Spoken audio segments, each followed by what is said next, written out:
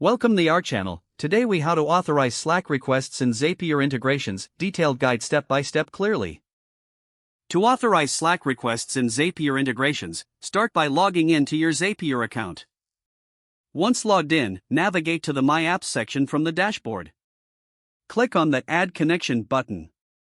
In the search bar, type Slack to find the Slack integration. Select Slack from the list of available apps. A new window will appear prompting you to connect your Slack account.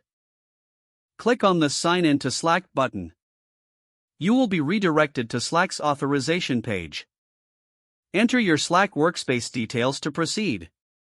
Choose the workspace you want to link with Zapier, then click on Allow. This will grant Zapier the necessary permissions to access your Slack. After successful authentication, you should see a confirmation message in Zapier. Now, you can use Slack in your Zapier workflows. Go back to your Zap setup to configure your desired action using Slack. Select the specific Slack action you want, such as sending a message. Customize the action settings as needed.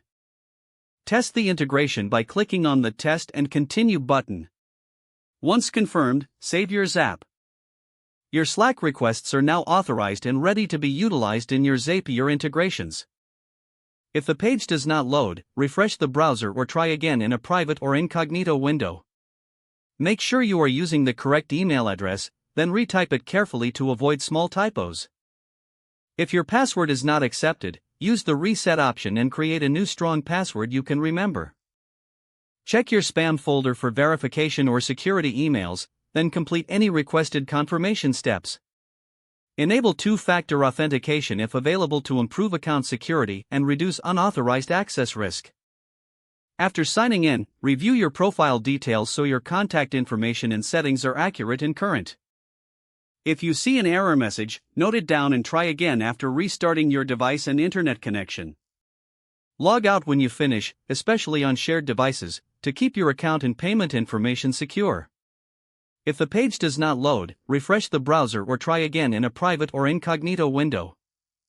Make sure you are using the correct email address, then retype it carefully to avoid small typos. Don't forget to like this video and subscribe to our channel for more step-by-step tech guides.